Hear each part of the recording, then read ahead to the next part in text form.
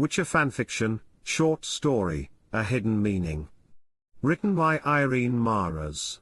A Hidden Meaning. Riana sat at the table, twirling her wine glass and trying to enjoy a rare moment of peace. Then she heard heavy footsteps and knew immediately that the piece was over. If I were you, I wouldn't look so bored when an old friend arrives. Riana closed her eyes and sighed deeply. Dijkstra, of course. His voice alone made her forehead itch, as if it wanted to face the table already.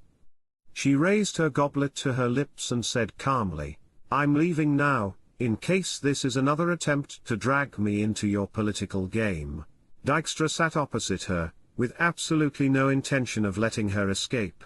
You're an intelligent woman, Riana? You should know that every game is political. Riana stared at him. Then she lowered her forehead to the table. She slammed it once.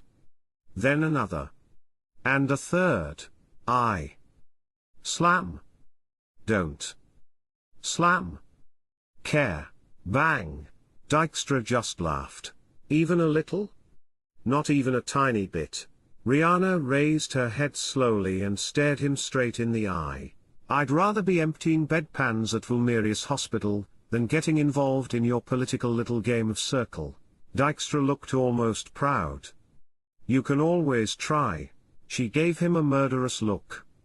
Dijkstra held up his hands in surrender and leaned back casually. All right, all right. I'm not forcing you to join my little circle. But if you ever want to play big boy games, you know where to find me. Riana rolled her eyes and sipped her wine. Yeah, sure. Dijkstra grinned and was about to get up from the table, when his gaze fell on a newcomer. Elf strode up to them, stopped beside Riana and put something small on the table, which rattled against the wood. Dijkstra raised his eyebrows. And you are?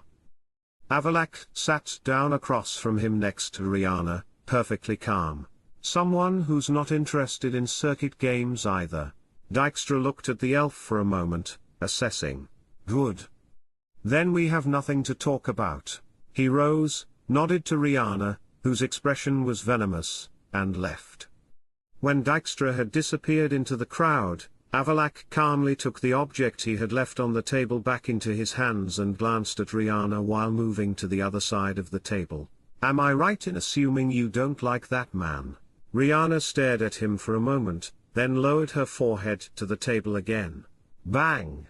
A very keen observation, Master Mage. Did you get that from the freezing atmosphere or the bump on my forehead? She asked, her head still against the table. Avallac'h leaned over the table, and regarded her for a moment.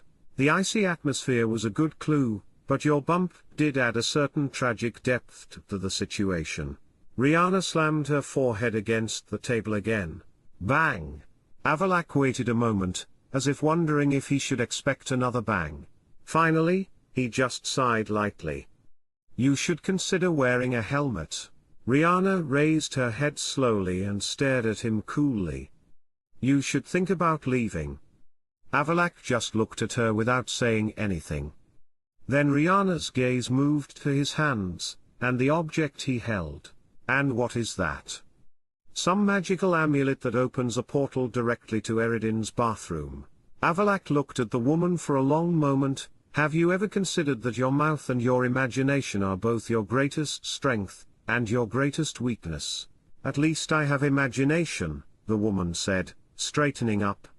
She pressed her fingers lightly to her forehead and furrowed her brows before turning her attention back to him. Please let me out of this anticipation. What is it? Avallac'h straightened his posture. It's a shield. It renders the wearer invisible to observation spells. Riana sipped her wine and tilted her head, looking at the mage in appraisal. Then she said slowly, you just made that up. You're joking? Only a subtle change in the man's expression revealed that Riana was dead on. But the man said nothing. She couldn't help but smile. Now I know the world is coming to an end. Master Avallac'h, the great Iron Savehern, just told me a joke. The woman spun her head. What's next? You get drunk. Start a fight? No, I prefer to leave them to you, the mage said, placing the object back on the table and pushing it closer to Riana. The man said nothing. She grabbed the object and twirled it in her hands. Her expression darkened. It was an amulet. It was flat like a large coin, with a white center and silver edges. On its surface were engraved runes. You're not serious. An amulet made of unicorn horn. This is quite macabre. I've never understood why the INL are so passionate about hunting them.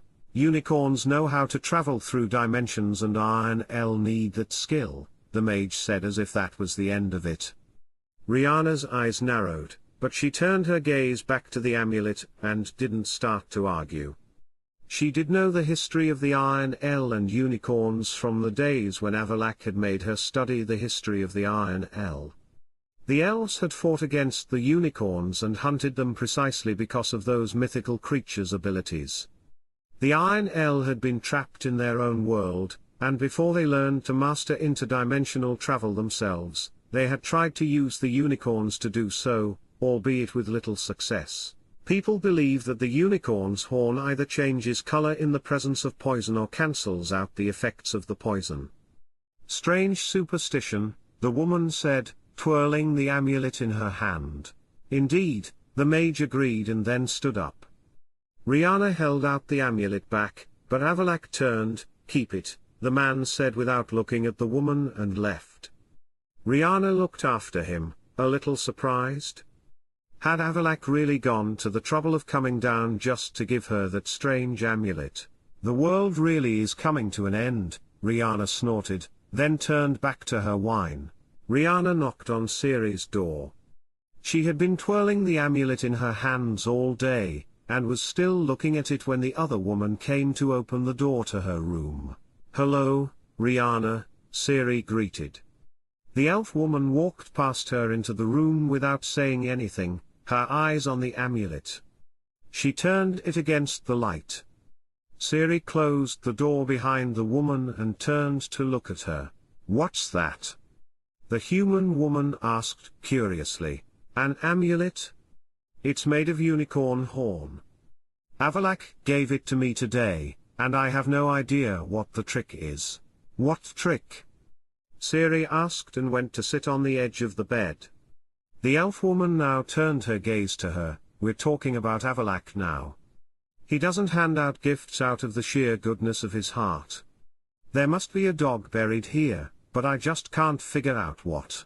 The woman sat down in a chair in frustration. "I've been thinking about it all damn day, studying the talisman thoroughly, trying to feel it with magic.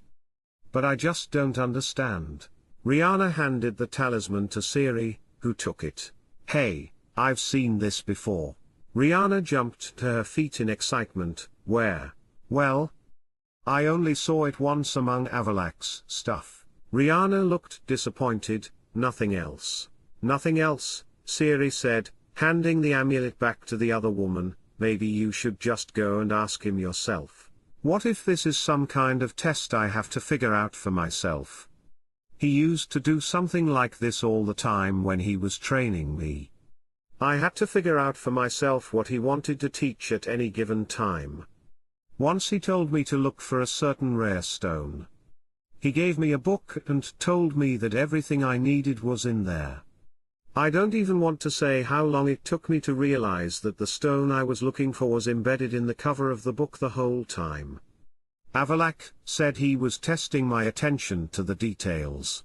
Ciri raised her hand in the air. "Riana, it's a piece of horn. Not a message from another dimension." Elf still looked skeptical. "You mean he never tested you the same way?" "No.